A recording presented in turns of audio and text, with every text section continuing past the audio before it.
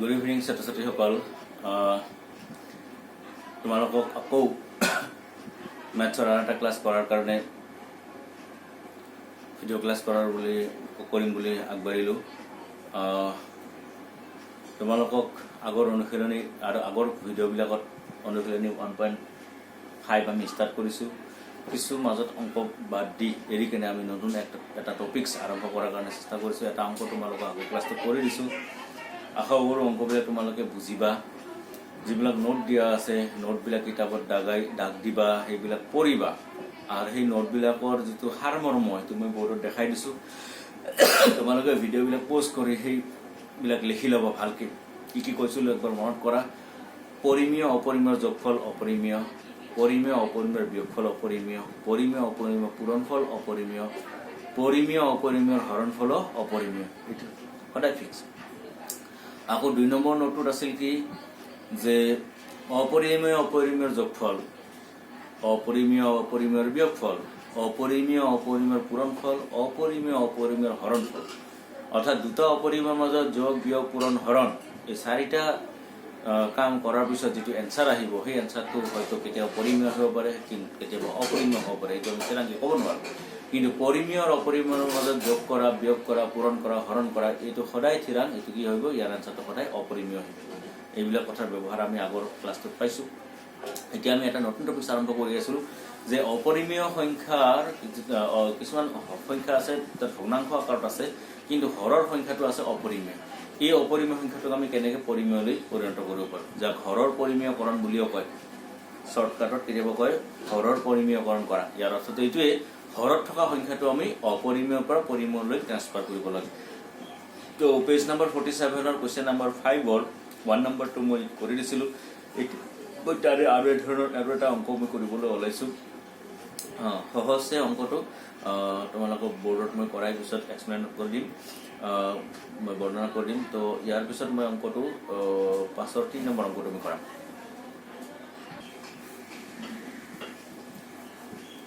ছাত্ৰীসকল মই ইয়াতে আকৌ 3 নম্বৰ প্ৰশ্নটো তোমালোকক কৰাই দিছোঁ। ইয়াৰ আগৰ প্ৰশ্নটোৰ ৰূপ আৰু এইটোৰ প্ৰশ্ন অলপমান পাৰ্থক্য আছে, তোমালোকে চাবা ভালকে। আগৰ প্ৰশ্নটো চিধা আছিল 1/√7। সেইটো কৰাৰ কাৰণে আমাৰ বহুত সহজ আছিল। কি কৰিছিলোঁ? 7√7 আমি তলে ওপৰে পূৰণ কৰি দিছোঁ। তলত √7 দুটা পূৰণ হৈ থকাৰ কাৰণে কি হৈছিল? 7 এটা আহি গৈছিল আৰু 7 অহাৰ লগে লগে বৰ্গমূলটো গুচি গৈছিল আৰু 7 অহাৰ লগে লগে আমাৰ সংখ্যাটো কি হ'ল? পৰিমেয় হৈ গ'ল। গতিকে আমি তেনেকৈ অপৰিমেয় কৰিছিলোঁ। কিন্তু এইটো অংকত চোৱা তোমালোকৰ ইয়াৰ প্ৰশ্নটো দিছে 1/√5 প্লাছ √2। 5ৰ লগত আকৌ প্লাছেৰে √2 দিয়া আছে। এইটো ক্ষেত্ৰত আমি কিহেৰে পূৰণ কৰিম? তলে ওপৰে আগৰবাৰৰ নিচিনা √5 বা √2ৰে পূৰণ কৰিলে আমাৰ নহ'ব এইবাৰ। তো এই অংকৰ ক্ষেত্ৰত আমি কি কৰিব লাগিব? তলৰ যিটো হৰ আছে এই হৰটোৰ প্ৰকাশ সাহিত্য চাব লাগিব। ইয়াত কি দিয়া আছে? √5 আৰু √2ৰ মাজত প্লাছ আছে। তো ইয়াত পূৰণ কৰা সংখ্যাটো √5 আৰু √2 একেলগে ল'ব লাগিব, কিন্তু মাজত আমি কি দিম? মাইনাছ দিম। এই প্লাছ থাকিলে মাজত মাইনাছ দি √5 আৰু √2 দুয়োটাই পূৰণ কৰিম। মই দ্বিতীয় লাইনত দেখাই দিছোঁ। চোৱা, এইটো হ'ল অংকটো। তাৰপিছত পূৰণ কৰা সংখ্যাটো হ'ল √5, √2 মাজত মাইনাছ দিয়া আছে। আমাৰ অংকটো দিয়া আছে মাজত প্লাছ। আমি পূৰণ কৰা সংখ্যাৰ ক্ষেত্ৰত কি লিখিম? √5 আৰু √2 দুটাই সংখ্যা ল'ম, লগত মাজতে কি দিম? মাইনাছ। এই সংখ্যাটো ছেম টু ছেম ওপৰতো আমি পূৰণ কৰিম। একেই ধৰণৰ ওপৰতো আমি পূৰণ কৰিম। ইয়াৰ পূৰণফলৰ এনচাৰটো কি হ'ব? এতিয়া পূৰণ কৰাৰ পিছত কি আহিব এনচাৰ? ওপৰত 1ৰ লগত পূৰণ কৰাৰ লগে লগে √5 - √2 একে থাকিব। 1ৰ লগত যি সংখ্যা পূৰণ কৰোঁ একে থাকে।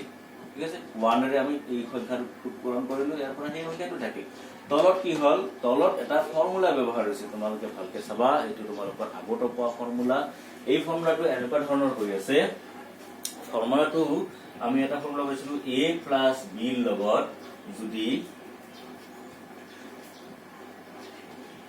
a মাইনাছ b পূৰণ কৰা যায় তেতিয়াহ'লে ইয়াৰ এনচাৰটো আহে a² - b²। এইটো আমাৰ এটা ইম্পৰ্টেণ্ট ফৰ্মুলা। এই ফৰ্মুলাৰ দ্বাৰা আমাৰ ইয়াৰ মেক্সিমাম অংক এই ফৰ্মুলাৰ দ্বাৰা কৰিব লাগিব। a প্লাছ b আৰু a মাইনাছ bৰ পূৰণফল। এতিয়া a মাইনাছ b কেতিয়াবা আগত থাকিব পাৰে, a প্লাছ b কেতিয়াবা পিছত থাকিব পাৰে। মুঠৰ ওপৰত a প্লাছ b আৰু a মাইনাছ b উল্টা পুল্টাকে থাকক। এই দুটাৰ যদি পূৰণ হয় ইয়াৰ পূৰণফলৰ এনচাৰটো হ'ল a² আৰু b², মাজত মাইনাছ চিন থাকিব। ইয়াৰ আর ইয়ার মধ্যে কি মিল আছে সো ইয়াতে a টু a বুলি ধরা যায় যদি এটু a প্লাস b হৈ আছে ৰুট অভাৰ 2 টো আমি যদি b ধৰো তো a প্লাস b আকৌ a মাইনাস b হৈ আছে গতিকে ইয়াৰ আনসাৰ কি হ'ব a square minus b square a মানে ৰুট অভাৰ 5 ৰুট অভাৰ 5 এৰ স্কয়াৰ মাইনাস b মানে হ'ল ৰুট অভাৰ 2 এৰ স্কয়াৰ গতিকে ইয়াত এই ডাইৰেক্ট ফৰ্মুলাটো আমাৰ ইয়াত ব্যৱহাৰ হৈ আছে আৰু এই অংকটোৰ ক্ষেত্ৰত কিমান বিলাক অংক ইয়াত আছে 9টা অংক দিয়া আছে প্ৰত্যেকটো উদাহৰণ কিছু অংক কৰি দিয়া আছে প্ৰত্যেকটো ক্ষেত্ৰতে আমাৰ এই তলত এনেকুৱা ধৰণৰ সংখ্যা এটাই পাম যদি এই ফৰ্মুলাটো ব্যৱহাৰ হ'ব a প্লাস b আৰু a মাইনাস b পূৰণফলৰ ফৰ্মুলাটো ব্যৱহাৰ হ'ব তাৰপৰা আমাৰ আনসাৰটো আহিব a এৰ স্কয়াৰ আৰু b এৰ স্কয়াৰ মাজত মাইনাস ঠিক আছে তাৰ পিছত ইয়াৰ ৰিজাল্টটো কি আহিল ইয়াতে ওপৰখিনি একো কৰিব লগা নাই root over 5 minus root over 2 একে আছে তলৰখিনি কি হ'ব এতিয়া ৰুট অভাৰ 5 এৰ স্কয়াৰ ৰুট অভাৰ 5 এৰ স্কয়াৰ কৰাৰ লগে লগে কি হয় বৰ্গমূলটো গুচি যাব কেৱল ইয়াৰ পৰা মাজৰ সংখ্যাটো আহিব ভিতৰৰ সংখ্যাটো 5 আহিব ইয়াৰ পৰা আনসাৰ 5 মাজত মাইনাস আকৌ ইয়াত একে ধৰণৰ বৰ্গমূলৰ ওপৰত তোমাৰ কি আছে বৰ্গ কৰা আছে গতিকে বৰ্গমূলটো কাটি যাব থাকিব মাত্ৰ মাজৰ সংখ্যাটো গতিকে ইয়াৰ পৰা আনসাৰটো আহিব 5 - 2 নেক্সট লাইনত ওপৰৰ সংখ্যাটো একো কৰিব লগা নাই যেনেকৈ আছে তেনেকৈ আহি থাকিব ৰুট অভাৰ 5 - ৰুট অভাৰ 2 তলৰ সংখ্যাটো মাইনাস কৰাৰ পিছত 5 - 2 কৰাৰ পিছত কি আহিল 3 আহিল 3 এটা পৰিমেয় সংখ্যা গতিকে হৰত আমাৰ আগতে অপৰিমেয় সংখ্যা আছিল এতিয়া হৰৰ এটা পৰিমেয় সংখ্যা আহিল আৰু এটোই আমাৰ হৰৰ পৰিমেয়কৰণ কৰা হৈ গ'ল তো এইটো এক ধৰণৰ অংক আগৰ ক্লাছটোত দিয়া সংখ্যা কেৱল এটা সংখ্যা আছিল এটো এক ধৰণৰ অংক ইয়াৰ পাছত এই ধৰণৰ অংকই আমি অলপ টাফ ইয়াৰ পিছত অংকবিলাক কৰি এইটো এটা একদম সহজ অংক এটা আছিল ঠিক আছে কি কৰিব লাগিব মন কৰা আকৌ তলৰ এক্সপ্ৰেছনটো চাম তলত কি ধৰণৰ সংখ্যা দিয়া আছে একে সংখ্যাৰে আমি পূৰণ কৰিব লাগিব কেৱল চিহ্নটো মাজৰ পৰা আমি বদলাই দিম যদি ইয়াতে প্লাস থাকে তো আমি মাইনাসেৰে পূৰণ কৰিছো তলে ওপৰে কেতিয়াবা হয়তো প্ৰশ্নত ইয়াত মাইনাস দিয়া থাকিব তেতিয়া আমি প্লাস থকা সংখ্যাৰে পূৰণ কৰিব লাগিব একে সংখ্যা লিখিব লাগিব তো ইয়াত আৰু এটা মই নেক্সট অংক কৰাই দি আছো তাত তোমালোকে আৰু বুজি পাবা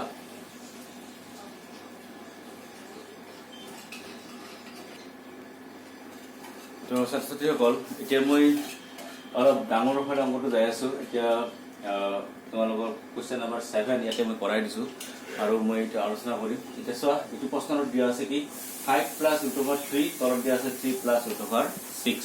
আমাক কি হৰৰ পৰিমেয় কৰ এই সংখ্যাটো কেৱল পৰিমেয় বনাব লাগিব ওপৰত দিয়া আছে এইটোলৈ মই চিন্তা কৰিব লগা দৰকাৰ নাই আমাৰ কেৱল তলৰ যিটো হৰ আছে আমি তাত কেৱল চকু দিম এই সংখ্যাটোক আমি কেনেকৈ পৰিমেয় বনাব পাৰিম তো এতিয়া এই সংখ্যাটো পৰিমেয় বনোৱাৰ কাৰণে আমাৰ নিয়ম কি সেম টু সেম সংখ্যা লিখিব লাগিব 3 আৰু √6 লিখিব লাগিব এতিয়া প্লাস দিয়া আছে আমি পূৰণ কৰিম কিহেৰে মাইনাসেৰে ইয়াতে মই দ্বিতীয় লাইনত ওপৰৰ সংখ্যাটো সেম টু সেম আছে এইটোই আমাৰ প্ৰশ্নটো পূৰণ কৰা বস্তুখিনি হল এইখিনি ঠিক আছে এইটো বস্তু আমি পূৰণ কৰিছো কি লিখিছো 3 আছে √6 আছে একে আছে 3 √6 একে আছে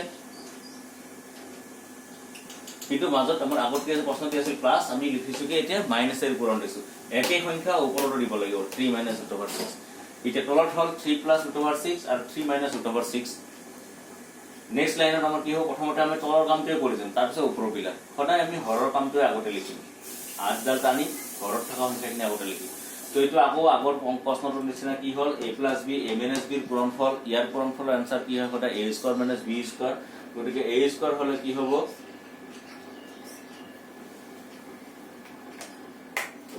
a² হলে কি হ'ব ইয়াত 3 হল a ৰ পজিশনত তো 3² আকৌ b ৰ পজিশনত আছে √6 গতিকে √6 ৰ স্কয়াৰ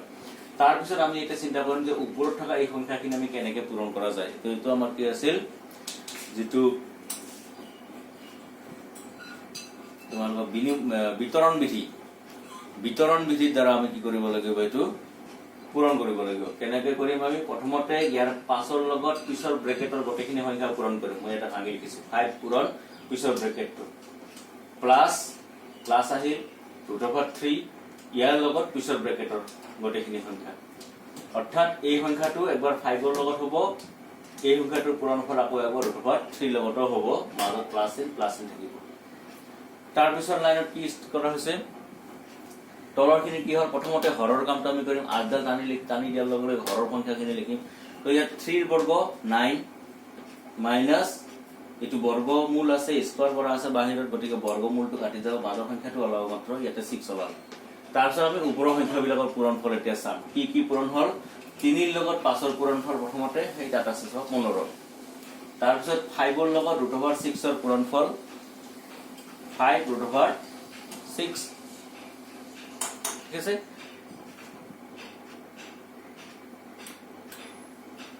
5√6 আৰু লগতে মাজত আছে মাইনাছ সেইকাৰণে ইয়াৰ আগত কি আছে মাইনাছ চিন আহিছে নেক্সট আহিল √3 লৰ পূৰণ √3 লৰ 3 পূৰণ কৰিলে 3 আৰু √3 যা সেইখিনি লিখিব লাগে √3 * 3 লিখে কিন্তু আমাৰ লিখাৰ নিয়মটো হ'ল কি যে যেটো পৰিমেয় সংখ্যা এটা আগত লিখিব লাগে তো অপৰিমেয়ৰ পৰিমেয় সংখ্যা পূৰণ হৈ আছে অপৰিমেয় সংখ্যাটো আগত আহিব গতিকে এটোৰ পূৰণ ফল 3√3 আৰু এটো প্লাছৰ আছে সেইকাৰণে আমি ইয়াত লিখিছো 3√3 তাৰপিছত আহিল নেক্সট এই √3 লগত √6 ৰ পূৰণফল আকৌ মাজত আছে কি মাইনাছ এই মাইনাছ আৰু এই প্লাছৰ পূৰণফল হ'ব মাইনাছে প্লাছে আনসাৰটো আহিব মাইনাছত সেইকাৰণে আমাৰ চিহ্নটো ইয়াতে মাইনাছ হৈছে আকৌ √3 লগত √6 ৰ ডাইৰেক্ট পূৰণ √3 লগত √6 ৰ ডাইৰেক্ট পূৰণ লিখিছো এতিয়া আমি যাম এইটো লাইনত 9 প্ৰথমতে হৰৰ কাম 9 - 6 3 আহিল আনসাৰ এতিয়া আমি ওপৰৰ লগৰ কামটো কৰিব যাম 15 কৰিব লগা একো নাই -5√6 একো কৰিব লগা নাই +3√3 একো কৰিব লগা নাই কৰিব লগা মাত্ৰ আছে কি লাষ্টৰ মাইনাছ এই দুটা √ৰ সংখ্যা আমি কি কৰিব পাৰো এটা √ৰ ভিতৰত লোৱাৰ পিছত সংখ্যাটো আমি পূৰণ কৰিব পাৰো এটা √ৰ আহাৰ পিছত 3 আৰু 6 পূৰণফলটো কি হ'ল 18 তাৰ পিছত আকৌ লাইন আমি বঢ়াই দিছো 3 আছে হৰৰ সংখ্যাটো আমি আগতে লিখিম তাৰপিছত লগত গৈছো 15 আছে 5√6 একে আছে 3√3 একে আছে কেৱল আমাৰ সেই লাষ্ট সংখ্যাটোৱে আমি কৰিব লাগে এইখিনি কাম আমাৰ বাকি আছে কাৰণে লাইন বিলাক বাঢ়ি আছে -18 আমি ভাঙি দিছো 9 * 2 আকৌ একেবাৰে শেষৰ লাইনত কি আছে বাকি গোটেইবিলাক একে 3 আছে 15 5√6 3√3 প্লাস মাইনাস যত যেনেকে আছে আমি গোটেইখিনি একেলগে একে ধৰণৰ লিখিছো কেৱল ইয়াতে আমাৰ পৰিৱৰ্তন কৰিব লগা আছে এই সংখ্যাটো ইয়াৰ পৰা সিৰিয়ালি আহি আছে বাকি আমাৰ সবখিনি একে আছে কেৱল এই সংখ্যাটো আমি ইয়াৰ পৰা ইয়ালৈকে আমি পৰিৱৰ্তন কৰাই আহিছো সেই সংখ্যাটো যেতিয়ালৈকে পৰিৱৰ্তন হৈ নাহিব আমি হিমান টাইমলৈ কামটো কৰি থাকিব লাগিব তো ইয়াতে কি হ'ল আমি এনেকে ভাঙিছো কিয় যে 9 ৰ বৰ্গমূল আছে কিমান হয় 3 এই 3 টো বৰ্গমূলৰ পৰা বাহিৰত আহিব এই 3 বৰ্গমূলৰ বাহিৰত আহিব আৰু 2 ৰ বৰ্গমূল নাই ই বৰ্গমূলৰ ভিতৰত থাকি গল গতিকে এই যে আমি সংখ্যাটো পূৰণ কৰিছিলো এই সংখ্যাটো পূৰণফলৰ ৰিজাল্টটো আসলতে ফাইনাল আহি আমি আমাৰ ইয়াতে পালো এতিয়া লাইন এই এটা সংখ্যা ইয়ালৈকে পৰিৱৰ্তন কৰাৰ কাৰণে আমাৰ মাজত দুটা লাইন বাঢ়ি গৈছে যাৰ কাৰণে আমাৰ সেই একে সংখ্যাবিলাক লিখি থাকিব লগা হৈছে গতিকে এই লাইনটো যদি শৰ্ট ইয়াৰ পৰা ডাইৰেক্ট ইয়ালৈকে লিখিব পাৰো তেতিয়া আমাৰ অংকটো কি হৈ যাব সৰু হৈ যাব এই শৰ্ট কৰা কামখিনি তোমালোকে কৰিব লাগিব ঘৰত প্ৰেক্টিছ কৰাৰ পাছে ঘৰত যিমান প্ৰেক্টিছ কৰিব মাজৰ এই দুই লাইন তোমালোকৰ আকৌ সেই একেবিলাক সংখ্যা লিখি থাকিব দৰকাৰ নহব এইটো বহুত টাইম যাব এই সংখ্যাখিনি লিখোতে আমি কাম কি কৰিছো মাত্ৰ এই লাষ্টৰ কামখিনিয়ে কৰিছো গতিকে ইয়াতে মনে মনে আমি চিন্তা কৰো যে 3 আৰু 6 এটা বৰ্গমূলৰ ভিতৰত পূৰণ হ'ব 18 হ'ব 18 আকৌ 9 পূৰণ 2 লিখা যায় 9 ৰ পৰা 3 বাহিৰত আহিব এইখিনি কথা যদি আমি ব্ৰেইনৰ ভিতৰতে কৰিব পাৰো তেতিয়াহলে আমাৰ এই ফাইনাল লাইনটো একবাৰতে আমি লিখিব পাৰো তেতিয়াহলে আমাৰ এই মাজৰ লাইনখিনি কি হ'ব আমাৰ ইয়াতে দুটা লাইন আমাৰ কমি যাব ঠিক তেনেকে ইয়াতে এই পূৰণ ফলটো ইয়াতে মই প্ৰথমবাৰৰ কাৰণে তোমালোকক ভাঙি দেখাই দিছো যে 5 ৰে মানে এই পিছৰ ব্ৰেকেটটো একবাৰ 5 ৰ লগত আকৌ পিছৰ ব্ৰেকেটটো একবাৰ √3 লগত পূৰণ হ'ব এইটো ভাঙি নেদাকৈ আমি ডাইৰেক্ট এই লাইনটো লিখিব পাৰো এটো তোমালোকৰ প্ৰেক্টিছৰ লগত কথা হ'ব আমি কি কৰিম 5 ৰ লগত পূৰণ কৰিম 3 15 5 ৰ লগত পূৰণ কৰিম √6 মাজত মাইনাছ আছে তাৰপিছত √3 লগত 3 পূৰণ কৰিম প্লাস আছে 3 আগত আহিব 3√3 এইটো টাৰ্ম পাম তাৰপিছত আকৌ আহিব √3 লগত √6 ৰ পূৰণফল এই টাৰ্মটো পাম আৰু ইয়াতে দুটা চিহ্নৰ পূৰণফল আছে মাইনাছ আৰু প্লাছৰ পূৰণফল সেইকাৰণে চিহ্নটো মাইনাছ হ'ব গতিকে ইয়াতে এটা লাইন কমিব আৰু ইয়াতে দুটা লাইন কমিব গতিকে অংকটোত আছে মোটামুটি 4-5টা লাইন তাৰ ভিতৰত যদি আমাৰ 3টা লাইন কমি যায়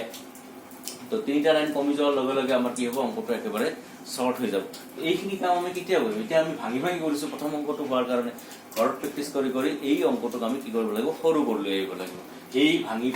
পাতি কৰা কামখিনি আমি কি কৰিব লাগিব মনে মনে কৰি এই কামটো আমি শৰ্ট কৰি আহিম তো ইয়াৰ পাছত মই ভাবো তোমালোকে ঘৰত এই অংকটো প্ৰেক্টিছ কৰিবা ইয়াতে কেনেকৈ কৰা হৈছে প্ৰত্যেকটো অংক যদি তোমালোকে কৰিব নোৱাৰে শৰ্ট ভাঙি কৰিবা কোনো কথা নাই কিন্তু আমি সাধাৰণতে অংকটো শৰ্ট কৰাৰ কাৰণে চেষ্টা কৰিম নহলে বহুত লিখিব লাগে আৰু তোমালোকক ভাবা অংকটো বহুত ডাঙৰ হৈছে আসলতে অংকটো একো কথা নাই তাত আমি এটা বস্তুকে ইয়াতে এইটো লাইনৰ পৰা এইটো লাইনলৈকে এটা দুটা তিনিটা চাৰিটা লাইন লিখিব লাগে ইয়াৰ কাৰণ এইটোৱে যে এটা কাম এটা অংকত এটা সৰুমান বস্তু কৰাৰ কাৰণে আমি 3বাৰ লাইনটো লিখিব লগা হৈ গ'ল এই কামখিনি আমি যদি ব্ৰেইনৰ ভিতৰতে ক্যালকুলেশনখিনি কৰিব পাৰো তো আমাৰ লাইন শৰ্ট হৈ যায় তো এনেকুৱা আমি যেতিয়া অংকবিলাকত দেখো যে আমি এনেকৈ শৰ্ট কৰিব পাৰো যে ব্ৰেইনত আমি কামখিনি যদি কৰিব পাৰো তো আমাৰ কি হ'ব অংকটো সৰু হ'ব তেতিয়া আমাৰ তোমালোকৰ দেখিও বেয়া নালাগিব যে অংকটো ইমান ডাঙৰ আচলতে অংকটো ইমান ডাঙৰ নহয় অংকত কৰাই সৰু সৰু কামবিলাক দেখুৱাৰ কাৰণে অংকবিলাক ডাঙৰ হয় ঠিক আছে তো ইয়াৰ পাছত দুটামান অংক আছে এইটো 5 নম্বৰ প্ৰশ্নটোৰে মই সেইটো অংক তোমালোকৰ হোৱাটছআপ গ্ৰুপত ফটো মাৰি পঠাই দিম তোমালোকে ভালকৈ চাবা অংকটো অলপমান ডাঙৰ হয় বুজাৰ কাৰণে চেষ্টা কৰিব পুৰণবিলাক তাত মই ভাঙি নেদো অলপমান শৰ্টকৈ কৰিম তোমালোকে এইবিলাক ঘৰত ভালকৈ তুলি ল'বা ঠিক আছে আজিলৈ ইমানতে আৰু